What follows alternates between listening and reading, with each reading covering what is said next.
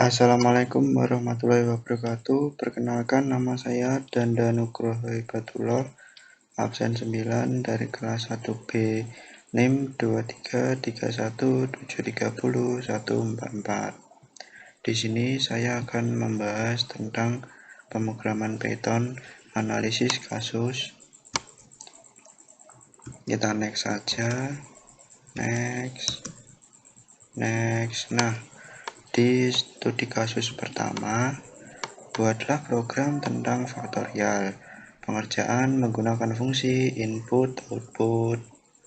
Nah, kira-kira seperti ini ya. Lalu kita next lagi. Nah, di sini saya menggunakan inputan dan fungsi for, if, else. Kita lihat programnya. Ini program dimulai dengan meminta pengguna untuk memasukkan sebuah bilangan bulat. Input ini diambil dengan menggunakan input, lalu dikonversi menjadi bilangan bulat dengan int ini, dan disimpan di variabel n. Kemudian program memeriksa apakah nilai n lebih besar atau sama dengan 0. Jika ya, artinya bilangan tersebut adalah bilangan non-negatif alias positif. Jika kondisi ini terpenuhi, maka print 0 faktorial sama dengan 1. Faktorial dari 0 secara khusus dianggap sama dengan 1, gitu maksudnya. Lalu kita akan masuk ke loop luar. Adalah loop luar yang melakukan perulangan dari 1 ini hingga n, di mana setiap iterasi akan menghitung faktorial dari nilai a ini. Di setiap iterasi loop luar, variabel faktorial diinisialisasi dengan 1 ini, dan variabel output diinisialisasi sebagai string kosong. Variabel faktorial akan digunakan untuk mengakumulasi hasil faktorial, dan output akan digunakan untuk menyimpan presentasi faktorial dalam berbentuk string. Kita bawah. Program ini memasuki loop dalam dengan pernyataan for i in rank 1, a plus 1. Ini adalah loop dalam yang akan menghitung faktorial dari 1 hingga a, variabel loop luar ini. Selama iterasi dalam loop ini, program mengakumulasi hasil faktorial dalam variabel faktorial ini dengan mengalihkan angka i ini. Di dalam loop dalam, program ini memeriksa apakah saat ini adalah iterasi terakhir. Ini ketika i sama dengan a, jika iya, maka i ditambahkan ke output ini. Jika bukan, maka ditambahkan ke output diikuti dengan x ini. Setelah loop dalam selesai dijalankan, program mencetak hasil faktorial ini dalam format yang sesuai pernyataan print ini. Hasil faktorial dicetak dalam format a plus faktorial sama dengan output, di mana a adalah yang sedang dihitung faktorialnya dan output adalah presentasi faktorial yang sudah dihitung. Langsung saja kita ke outputnya.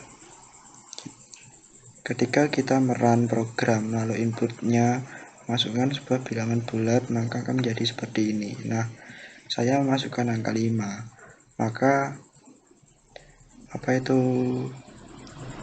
faktorialnya seperti ini, dari 1 sampai 5 ini. Jadi 0 faktorial sama dengan 1, 1 faktorial sama dengan 1, 2 faktorial sama dengan 1 kali 2, 3 faktorial sama dengan 1 kali 2 kali 3, 4 faktorial sama dengan 1 kali 2 kali 3 kali 4, 5 faktorial sama dengan 1 kali 2 kali 3 kali 4 kali 5. Nah, seperti ini. Langsung saja kita ke soal nomor 2.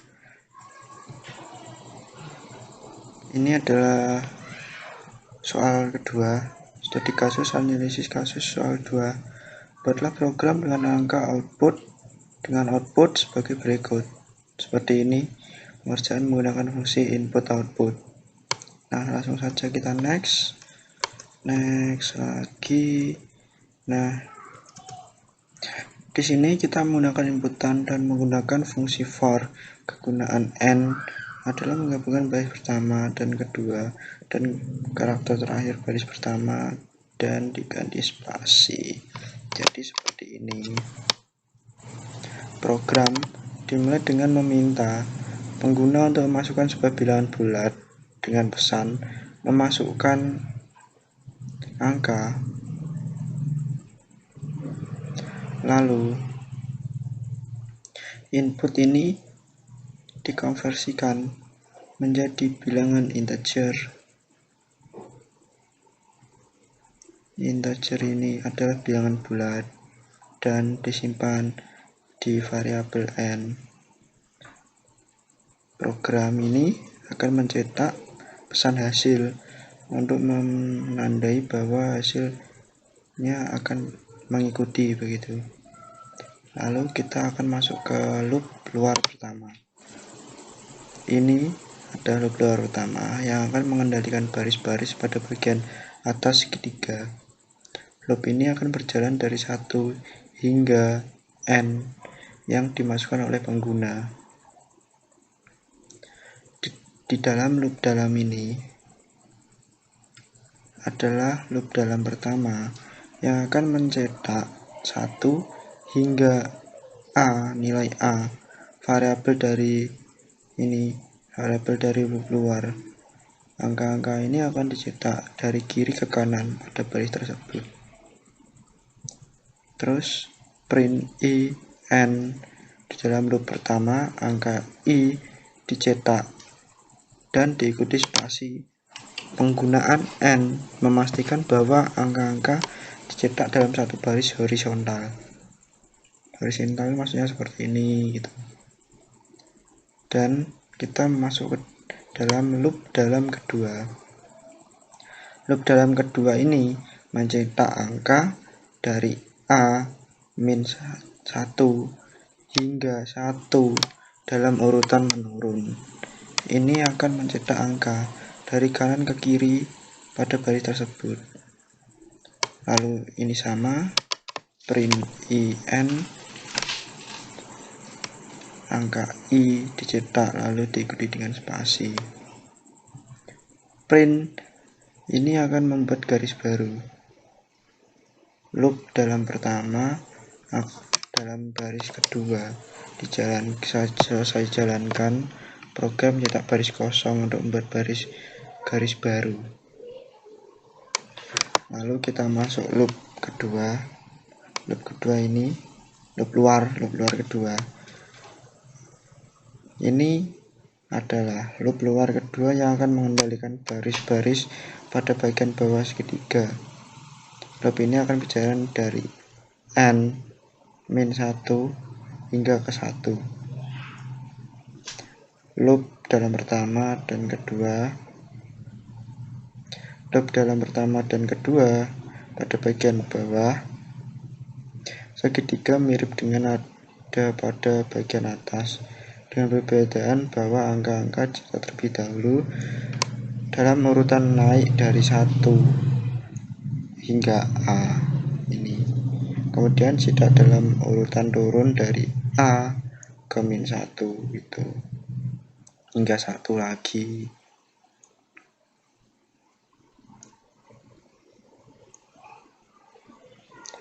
Terus ini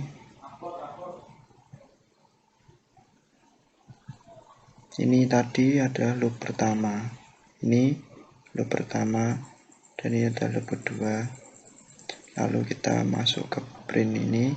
Setelah loop pertama dan kedua pada bagian bawah segitiga selesai jalankan, program mencetak baris kosong dan membuat garis baru. Nah, untuk hasil outputnya seperti ini. Ketika program di run dan memasukkan bilangan bulat positif, maka program akan looping dan membentuk pola seperti berikut. Ini jika saya masukkan 5, hasilnya akan seperti ini. 1, lalu 2, 1, 1, 2, 3, 1, dan seterusnya. Ini secara terbalik gitu. Sekarang kita masuk ke studi analisis kasus di soal 3. Buatlah sebuah program Python untuk melakukan pengecekan segitiga, mengecek apakah segitiga tersebut merupakan segitiga sama sisi, equilateral triangle, segitiga sama kaki, isosceles triangle, atau segitiga sembarang, scalar triangle. Tentukan program dengan output program seperti di bawah ini. Jika nilai masukan dari X, Y, dan Z memiliki nilai sama, maka akan diputuskan bahwa segitiga sama sisi.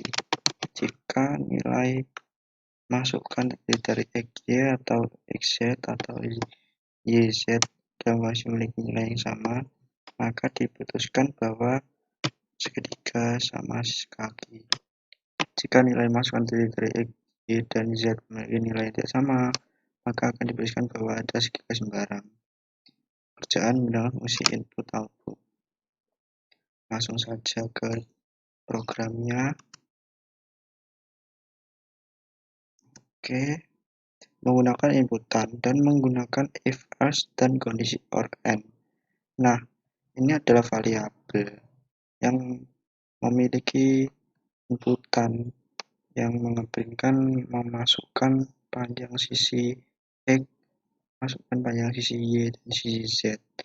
Ini adalah sebuah pesan inputan. Lalu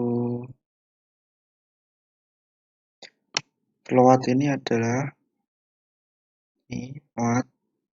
float ini adalah bilangan desimal yang akan disimpan dalam variabel ini. Jika sisi X kurang dari sama dengan 0 atau sisi Y kurang dari sama dengan 0 atau sisi Z kurang dari sama dengan 0, maka program akan memberikan memasukkan bilangan bulat positif. Jadi jika inputan memasukkan min 1, program akan memberikan masukkan bilangan bulat positif begitu. Jika kita akan memasukkan 1 atau 2 gitu, langsung kita ke statement else. Ini statement salah ini. Jika sisi X ditambah sisi Y lebih besar dari sisi Z dan sisi X ditambah sisi Z lebih besar sisi Y dan sisi Y dan ditambah sisi Z lebih besar sisi X. Lalu jika sisi X sama dengan sisi Y sama dengan sisi Z, maka program akan mengambilkan segitiga sama sisi. Jika sisi X sama dengan sisi Y atau sisi X sama dengan sisi Z atau sisi Y sama dengan sisi Z, maka program akan mengambilkan segitiga sama kaki. Jika kedua kondisi ini tidak sesuai, maka langsung ke sini, else print adalah segitiga sembarang. Nah, jika tadi if ini tidak sesuai, program ini memeriksa apakah sisi X, Y, Z berbentuk segitiga. Jika tidak berbentuk, maka tidak bisa lanjut ke sini dan langsung ke statement else ini dan akan memberikan tidak berbentuk segitiga. Nah, untuk hasil outputnya seperti ini. Kita masukkan panjang sisi X ada 5, sisi Y 5, sisi Z 5. Dan program akan menganalisa ini adalah segitiga sama sisi. Jika panjang sisi X 7, sisi Y 8, sisi Z 3, maka segitiga adalah sembarang. Jika sisi X 9, Y 3, Z 9, maka ini adalah segitiga sama kaki. Nah, ini adalah outputan dari sisi X, Y, Z. Program akan menemukan jenis segitiga. Oke, next ke studi kasus analisis keempat. Nah, studi analisis kasus soal keempat. Buatlah sebuah program yang menentukan sebuah bilangan genap atau ganjil menggunakan perulangan. Pengerjaan menggunakan fungsi input-output. Langsung saja kita next, kita melihat programnya. Ini while true ini adalah sebuah perulangan looping. Number adalah sebuah variabel integer merupakan tipe data. Input ini diperintahkan untuk memasukkan sebuah inputan dan akan mengirimkan masukkan sebuah bilangan bulat. Jika memasukkan maka akan tersimpan di variabel number ini. Lalu jika variabel number ini masukkan inputan ini dibagi 2 sama dengan 0, maka print number adalah bilangan genap. Hasilnya ini adalah bilangan genap. Jika tidak, jika inputan number ini dibagi 2 sama dengan 0, jika tidak, maka ini adalah bilangan ganjil. Dan variabel ini adalah variabel kembali dengan inputan. Apakah Anda ingin memasukkan bilangan lagi? Jika ya, maka if kembali power ini adalah jika inputan tidak akan merubah semua huruf apa itu seperti huruf besar menjadi kecil. Ini tidak sama dengan Y, maka print terima kasih. Jika ya, maka akan kembali looping lagi di sini. Jika tidak, akan terima kasih dan program akan berhenti di sini. Langsung saja kita melihat outputnya dulu. Ini menggunakan seperti ini. Outputnya seperti ini. Masukkan sebuah bilangan bulat 1 adalah bilangan ganjil. Apakah Anda ingin memasukkan bilangan lagi? Ya. Masukkan sebuah bilangan bulat 2. Ini adalah bilangan genap. Apakah Anda ingin memasukkan bilangan lagi? Tidak. Terima kasih. Nah, kita sekarang akan membahas studi kasus analisis kelima. Buatlah sebuah program di mana program tersebut menggunakan parameter string dan integer, di mana metode tersebut mempunyai fungsi untuk merubah input teks menjadi bilangan dan input bilangan menjadi teks. Seperti contoh ini, menggunakan fungsi input-output. Langsung saja kita ke programnya. Menggunakan inputan dan menggunakan for dan if else. Langsung kita ke pembuatan kamusnya. Angka ke teks. Kamus yang mengaitkan angka dengan presentasi teks. Dengan bahasa Indonesia, misal dihubungkan dengan 1 dengan 1, 2 dengan 2, 3 dengan 3, dan seterusnya. Penambahan entry pada kamus menggunakan perulangan for. Program menambahkan entry pada kamus angka ke teks. Untuk angka 12 hingga 19 ini dengan format belas, kemudian program menambahkan entry pada kamus angka 20 hingga 99 dengan format 10. Jika digit bukan satuan teks, 0 teks digit ditambah, satuan ditambah. Penambahan entry untuk angka 100, program menambahkan satu entry untuk angka 100 dengan teks 100. ke kamus angka ke teks. Lalu membuat kamus untuk konversi teks ke angka. Membuat kamus baru teks ke angka dengan menukar kunci dan nilai dari kamus. Angka ke teks sehingga sekarang teks adalah kunci dan angka adalah nilai. Fungsi konversinya angka ke teks. Program mendefinisikan sebuah fungsi lambda. Lambda ini konversi angka ke teks yang mengkonversi angka menjadi teks menggunakan kamus angka ke teks. Lalu kita masuk ke konversi teks ke angka. Program juga mendefinisikan sebuah fungsi lambda yang mengkonversi teks menjadi angka menggunakan kamus, lalu menerima inputan dari pengguna. Ini inputan. Program meminta pengguna untuk masukkan angka atau teks dan menyimpan input dalam variabel inputan ini. Lalu dicek apakah input adalah angka atau teks. Program memeriksa apakah input adalah angka dengan menggunakan metode isDigit. Jika input adalah angka, program mengkonversi angka menjadi teks menggunakan konversi teks ke angka ke teks dan mencetak hasilnya. Jika input adalah teks, program mengkonversi teks menjadi angka menggunakan konversi teks ke angka. Dan lalu akan mencetak hasilnya. Contohnya seperti ini, memasukkan angka 1 atau teks 1 ini akan berubah menjadi 1. Memasukkan angka atau teks 22 menjadi 22. Seperti ini. Lalu kita akan ke soal 6 studi kasus.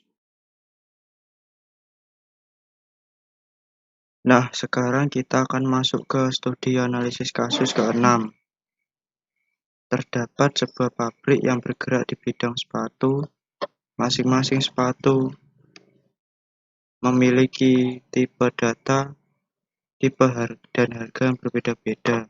Masing-masing sepatu dengan tipe X, Y, dan Z memiliki harga 110, 145, dan 190. Karena pabrik tersebut merupakan pabrik yang baru, maka pabrik tersebut memberlakukan diskon setiap pembelian dengan ketentuan sepatu X dibeli sebanyak lebih dari 100 sepatu, maka harganya menjadi 100. Jika lebih dari 150 sepatu, maka harganya menjadi 90. Di sepatu Y, jika dibeli sebanyak dari 100 sepatu, maka harganya menjadi 125.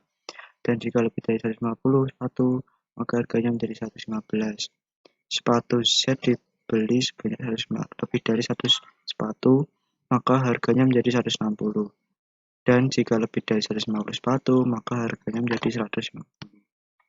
Langsung saja kita ke programnya, menggunakan inputan dan menggunakan for dan elif, juga menggunakan and.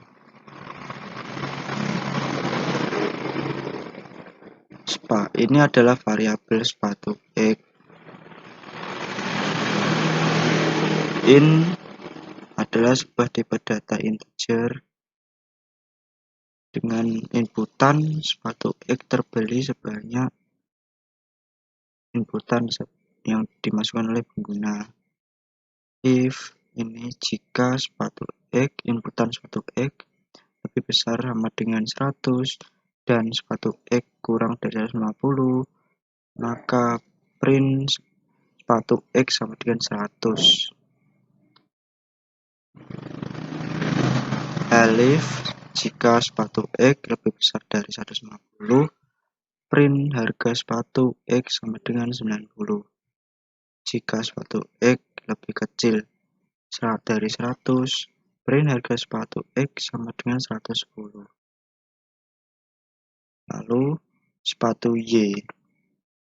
Input sepatu yang terbeli sebanyak, memasukkan jumlah sepatu Y yang terbeli. If sepatu Y lebih besar sama dengan 100 dan sepatu Y lebih kecil dari 150, maka print harga sepatu Y adalah 125. Jika tidak, Jika sepatu Y lebih besar sama dengan 150, print harga sepatu Y adalah 115. Jika tidak memenuhi lagi, sepatu Y lebih kecil dari 100, print harga sepatu Y sama dengan 145. Lalu sepatu Z, lalu masukkan sepatu Z terbeli sebanyak. Jika sepatu Z lebih besar sama dengan 100 dan sepatu Z lebih kecil 150, print harga sepatu Z sama dengan 160. Elif, jika sepatu Z lebih besar sama dengan 150, print harga sepatu Z sama dengan 150. Jika sepatu Z kurang dari 100, print harga sepatu Z sama dengan 190. Nah, untuk hasil outputannya akan seperti ini. Jika sepatu X terbeli sebanyak 120, maka harga sepatunya adalah 100. Jika sepatu Y terbeli sebanyak 160, harga sepatu Y adalah 115. Jika sepatu Z terbeli sebanyak 90, maka sepatu Z adalah harganya 190.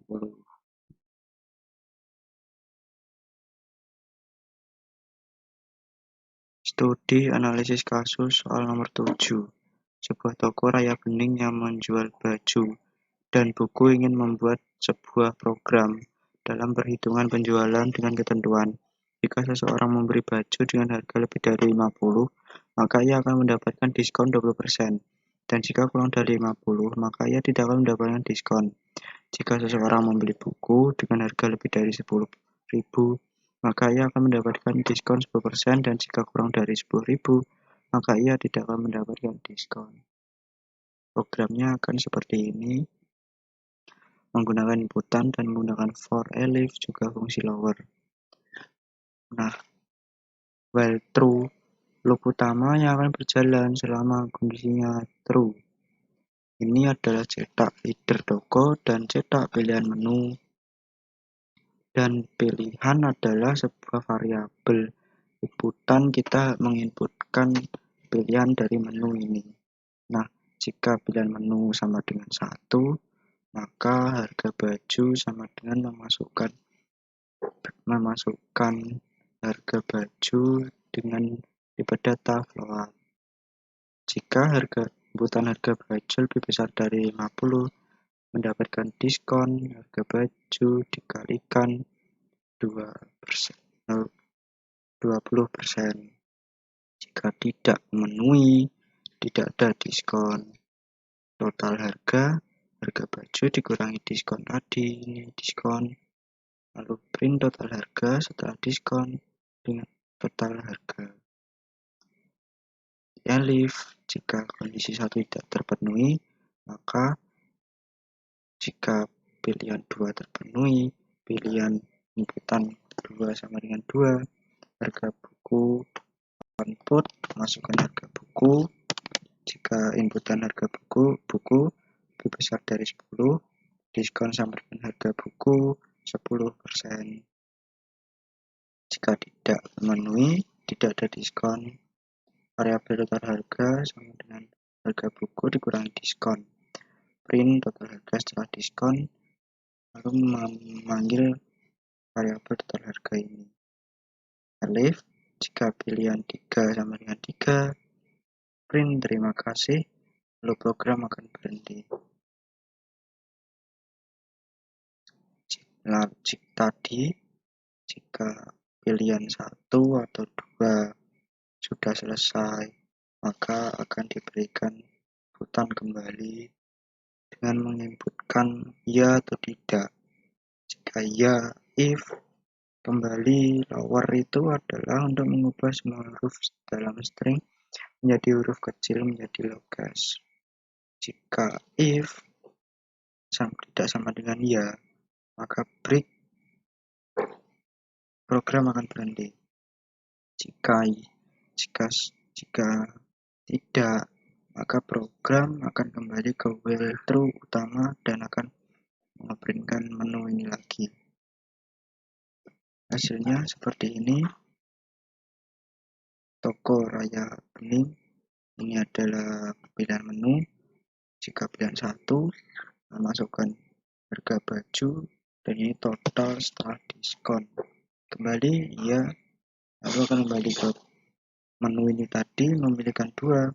Jika harga bukunya 30, diskonnya ada sekian, kembali ya tidak. Nah, jika nanti keluar, maka program akan langsung end seperti ini. Nah, sekian dulu video dari saya. Jika ada kurangnya dan kesalahan kata, saya minta maaf. Sekian, saya akhiri. Terima kasih.